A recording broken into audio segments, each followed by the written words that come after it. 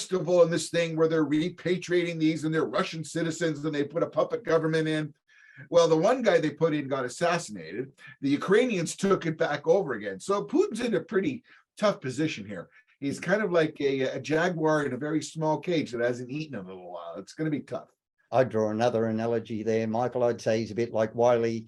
Coyote with his Acme weapons, trying to fight the best of the best. Now, Iran, what are we seeing going on over there? Is this the new Arab Spring?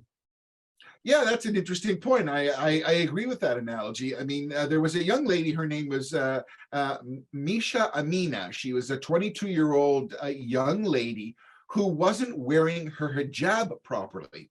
And because she wasn't wearing her hijab properly, the morality police arrested her. And she died in police custody. 2 days after, she died in police custody. The family of Miss Amini had an autopsy done, and she supposedly, from the independent autopsy, died of blunt force trauma, while the police cited it as a heart attack. So unfortunately here, again, this is one of those things with the military regime. I mean, you've got, Orthodox Islamic regime running Iran there.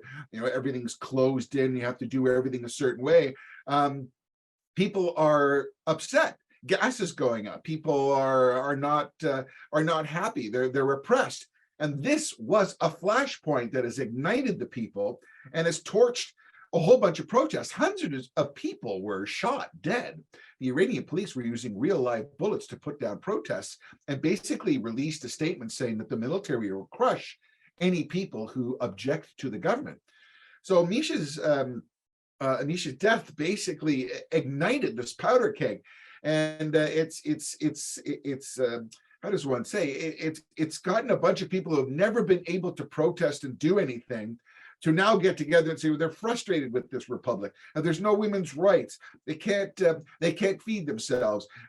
There's all these religious restrictions. It's an oppressive situation. It's not a political system. It's an Orthodox Islamic regime. So, they can't even go on the internet, but an American has actually come to their rescue, interestingly enough.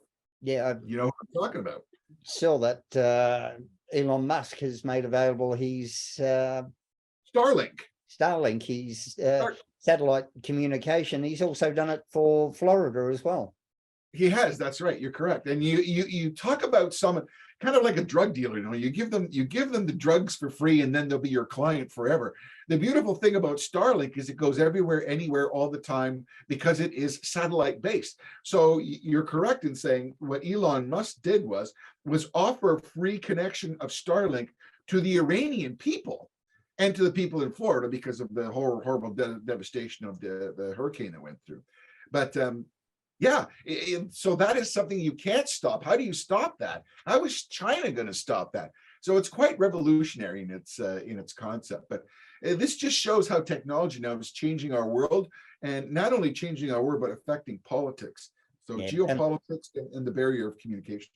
Some of the reporting coming out of Iran, seeing these young women and girls burning their hijabs, and bravery personified. I hold my breath that it doesn't end up another Tiananmen Square type put down of an uprising where they're just going to be massacred by the regime.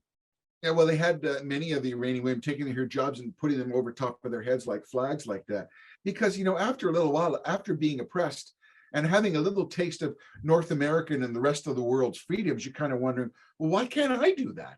Why can't I watch that? Why can't I go there? Why can't I talk to that person? Why can't I read that? Why can't I vote?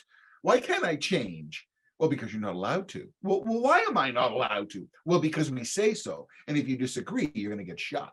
I mean, that's the unfortunate reality of this. And now to a lot more gentle turn of affairs that we're seeing with Liz Truss, a Tory leader, taking away tax cuts from the wealthy. Well, it was a misguided, you've got to give her credit. She came in and she inherited a mess. I mean, Boris Johnson did not leave a clean house. And she wasn't as well backed as some may think that the Tories were. I mean, they say now only 1/3 of the Tory party is backing her in Britain, that's dangerous news. And there was a tax cut supposedly for the rich. That was to spur the economy. But when she's talking about spending billions of dollars to pay for the heating of people who can't afford to heat their houses, and people who can't afford to put gas in their cars, and inflation and everything is going up. How dare you say that you're going to cut the taxes of some of the wealthiest companies in Britain? I mean, although some economists would say in certain sectors like that, depending on what the dependency is on business, that may spur more employment, they may hire more people. But I don't know if one can trust that philosophy, because if business gets more money, they're going to keep the more money and return it to their investors. So she had to do some backtracking. And I admire her for saying, I was wrong, I'm not going to do that. But of course, the press in Britain is just vicious, and they just ate her raw in the press. And she said, listen, I'm listening to the constituents. That's why you voted me in. Or, and it wasn't actually voted her in, but I mean, she was entrusted with the wand, one would say, to lead Britain. And that was to listen to what people had to say. So she's saying that is the reason why she's done that. But she's having a little bit of a difficult task. And it wasn't an easy job at the outset. I don't know if I would have wanted that job, to tell you the truth. Michael, I'm with you. I'd much rather a leader that is humble enough to listen and change horse midstream when situation and circumstances change to justify it. Like a faithful rider. Yes, you are, Michael. All right, Michael A. Chabon, we've got to leave it there, and I'll look forward to speaking to you next week. Stay safe in Canada. Thank you, Michael. Thank you to the Informer and all your friends in Australia. Talk to you soon.